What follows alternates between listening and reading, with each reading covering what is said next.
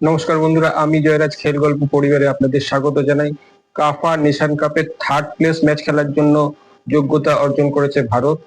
Group বিতে first পজিশনে যথাক্রমে ইরান রয়েছে 7 পয়েন্ট নিয়ে, সেকেন্ড পজিশনে ভারত রয়েছে 4 পয়েন্ট নিয়ে এবং থার্ড পজিশনে তাজিকিস্তান রয়েছে 4 পয়েন্ট নিয়ে। যেহেতু তাজিকিস্তানকে ওপেনিং ম্যাচে ভারত, যেটা খালিদ জামিলের তত্ত্বাবধানে কোচিং এর প্রথম ম্যাচ ছিল, জয় পেয়েছিল।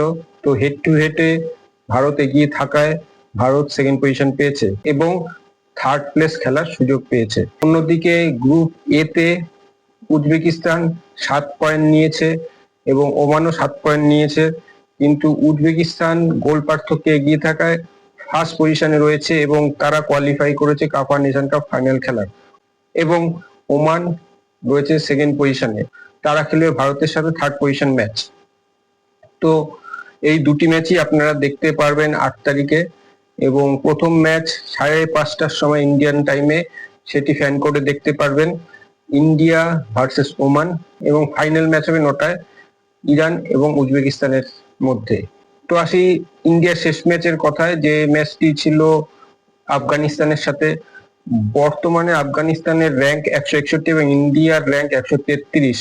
সেহেতু বলা যায় যে ইন্ডিয়া একটু আধিপত্য নিয়ে খেলবে এবং হয়তো আফগানিস্তানকে হারিয়েও দেবে। কিন্তু দেখা গেল আফগানিস্তান ইন্ডিয়ার উপর প্রচুর প্রেসার ক্রিয়েট করেছে এবং আফগানিস্তান আধিপত্য নিয়ে খেলেছে এবং হয়তো ইন্ডিয়াকে হারিয়েও দিত। ইন্ডিয়ার বড় জোর লাক ভালো যে একটা শট বাইরে লেগে ফিরে আসে, এবং গুরপ্রীত সিং সান্ধু তিনি আবারও প্রমাণ করলেন যে তিনি ইন্ডিয়ার বর্তমানে সেরা গোলকিপার।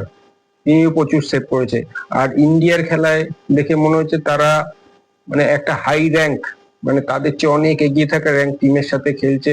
তারা শুধু বল পেলেই উড়িয়ে দিচ্ছে উপরের দিকে। তো সেক্ষেত্রে ইন্ডিয়া যে ম্যাচটি হারেনি সেটাই ভাগ্য ভালো। যদি হেরে যেত তাহলে কিন্তু ইন্ডিয়া থার্ড প্লেস ম্যাচ খেলতে পারতো না, কারণ তাজিকিস্তান আর ইরানের যে ম্যাচটি ছিল সেটি ড্র হয়েছিল এবং সেই কারণে তাজিকিস্তানের পয়েন্ট তাহলে তখন 4 হতো এবং ইন্ডিয়ার পয়েন্ট হতো 3। তো যাই হোক, ইন্ডিয়া যেহেতু কোয়ালিফাই করেছে, তো অভিনন্দন ইন্ডিয়াকে, এবং এটি একটি কিন্তু বড় অ্যাচিভমেন্ট বলা যায়। তো আশা রাখবো ওমানের সাথে একটা হেভিওয়েট টিম ভারত ভালো ফাইট দেবে, যেরকম তাজিকিস্তানের সাথে দিয়েছিল এবং জিতেছিল, এবং পজিটিভ খেলবে। জিততে পারলে ভালো, কিন্তু ফাইট দেবে, ফাইট করুক, এটাই আমরা চাই।